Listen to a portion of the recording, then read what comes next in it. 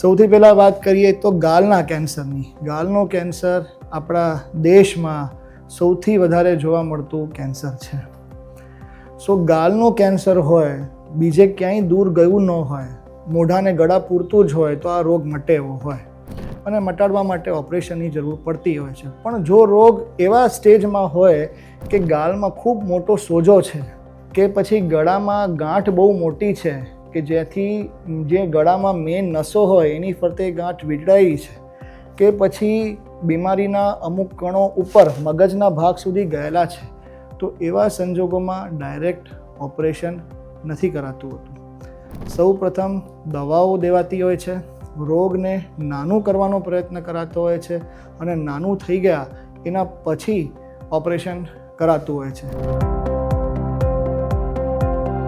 તો જીભના કેન્સરમાં જો કેન્સરનું પ્રમાણ ખૂબ મોટું હોય અને ખૂબ ઊંડે સુધી એ ફેલાયેલું હોય તો પણ ઓપરેશન પહેલાં પ્રિફર નથી કરાતું હોતું. પહેલાં દવાઓ દેવાતી હોય છે જેથી એ ગાંઠ નાની થાય અને પછી ઓપરેશન કરાતું હોય છે. અમુક સંજોગોમાં કે જ્યાં બીમારી જડબાની બિલકુલ પાસે છે, અડેલી છે, પણ જડબું ડેમેજ નથી થયું, એવા સંજોગોમાં પણ દવાઓથી રોગને નાનો કરી પછી ઓપરેશન કરાતું હોય છે અને જડબાઓ બચી જાય એવો પ્રયત્ન કરી શકાતો હોય છે. સ્વરપેટીના કેન્સર એટલે સ્વરપેટીની દિવાલો ડેમેજ ન થઈ હોય અને સ્વરપેટીનું કામ બરાબર હોય એવા સંજોગોમાં રોગને પહેલાં દવા આપી નાનો કરાતો હોય છે અને પછી નાના થયેલા રોગ ઉપર શેક આપી અને બાળી નાખવાનો પ્રયત્ન કરાતો હોય છે. તો આ રીતે આની સારવાર થતી હોય છે. કોઈપણ કેન્સર જ્યારે ખબર પડી જાય પછી એને સ્ટેજ કરાતું હોય છે. સ્ટેજ કરવા માટે પેટ સ્કેન, MRI એ કરાતા હોય છે. પણ એક વસ્તુ સમજવી જરૂરી છે કે પેટ સ્કેન, MRI ગમે તેટલા સારા ઇન્વેસ્ટિગેશન્સ હોય છતાં દરેકની એક મર્યાદા છે. જેમ કે આપણે ગમે તેટલો સારો મોબાઈલ હોય એનું ઝૂમ કરવાની એક લિમિટેશન છે, એ જ રીતે પેટ સ્કેન કે MRI એની એક લિમિટેશન છે કે અડધા સેન્ટીમીટરથી વધારે મોટી ગાંઠ હોય તો જ એમાં દેખાતી હોય છે. બહુ ઝીણા ઝીણા કણો 100-500 કણો ક્યાંક બીજે હોય શરીરમાં દૂર, એ દેખાતા ન હોય.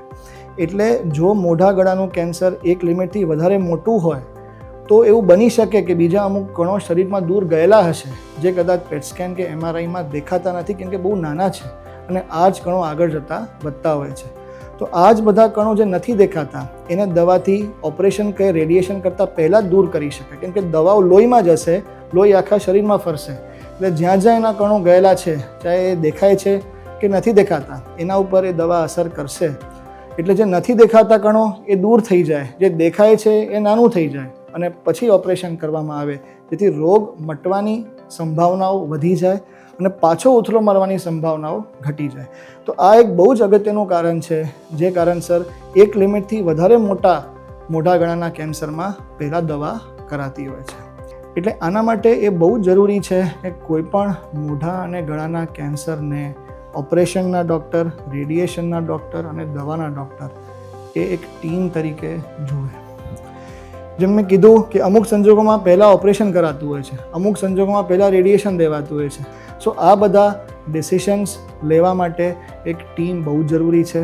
આપણે અહીંયા HCG આસ્થા કેન્સર સેન્ટરમાં ઓપરેશન, રેડિયેશન અને દવાના ડૉક્ટરો સાથે મળી ટ્રીટમેન્ટનું પ્લાન નક્કી કરતા હોય છે અને એ અનુરૂપ એનું ફોલોઅપ પણ થતું હોય છે જેથી આઉટકમ્સ, રિઝલ્ટ્સ સારામાં સારા આપણે પેશન્ટ્સને આપી શકીએ.